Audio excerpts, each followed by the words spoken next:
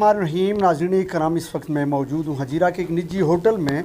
Operation बनियानुल मरसूस की कामयाबी के बाद जहाँ दुनिया भर में पाकिस्तान आज़ाद कश्मीर में जश्न मनाए जा रहे हैं और इसी सिलसिले में तकारीब, जलसे, जुलूस और रैलियों का इनकाद किया जा रहा है, वहीं पे आज हजीरा में नेशनल रीजनल स्पोर्ट्स प्रोग्राम यानी NRSP और PPAF के ज़ेर एहतमाम यहाँ इज़हार तशक्कुर तकरीब का इनकाद किया गया था। मेरे साथ इस वक्त असिस्टेंट कमिश्नर हजीरा मौजूद हैं। सर, इज़हार तशक्कुर रैलियाँ, सेमिनार, क्या कहना चाहेंगे? ये वो कामयाबी थी जो दुश्मन को हज़म नहीं होने पा रही और आज भी दुश्मन उसी तरह ज़हर उगल रहा है, उसी तरह प्रोग्राम प्लान बना रहा है। क्या उसको दोबारा से इस तरह की जुर्रत होगी कि वो दोबारा आज़ाद कश्मीर और पाकिस्तान पे अपने नाकाम अज़ाइम को सामने रखते हुए फिर दोबारा हमला करेगा?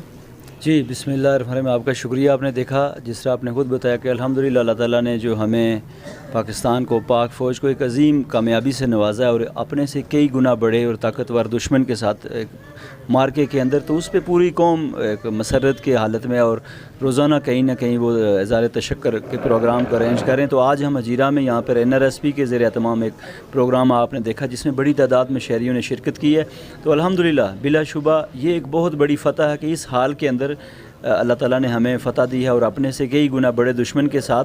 तो हम इस पे अल्लाह का शुक्र अदा करते हैं। और इस वक्त जिस चीज़ की हमें ज़रूरत है, जो इन रैलियों के इनकाद का मकसद है कि हमें एक तरफ तो हम इज़हार तशक्कुर करते हैं, साथ ही हमें इत्तफ़ाक़ की ज़रूरत है, यकजहती की ज़रूरत है और इससे हमारा एतमाद बड़ा है और ये लोग पाक फ़ौज के साथ खड़े हैं। जो दूसरी तरफ आपने बात की, इंशाअल्लाह अब मुझे नहीं ये ख़्याल कि अब कहीं जल्दी जल्दी उसके इस तरह सोचने का भी मौका मिले या वो जसारत करेगा।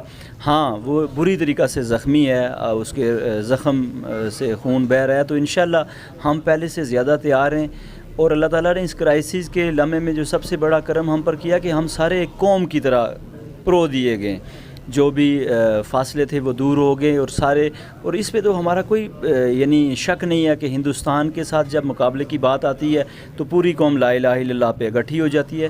तो हम तैयार हैं और इंशाल्लाह ये जो मार्का हुआ है ये रहती दुनिया तक याद रखे जाएगा। इसको मिलिट्री स्ट्रेटजीज़ के अंदर यानी एक मिसाल के तौर पर इसको पढ़ाया जाएगा कि आपने कैसे अल्लाह की मदद से अपने से कई गुना बड़े दुश्मन को शिकस्त दी है। तो मुझे नहीं ख्याल, अब कौम भी तैयार है, कौम जाग चुकी है और कौम बिल्कुल अपनी फ़ौज के साथ सीसा पलाई हुई दीवार में हकीकी तौर पे खड़ी है। अच्छा सर, आपका तल्लुक़ भी LOC से है, हम सब का।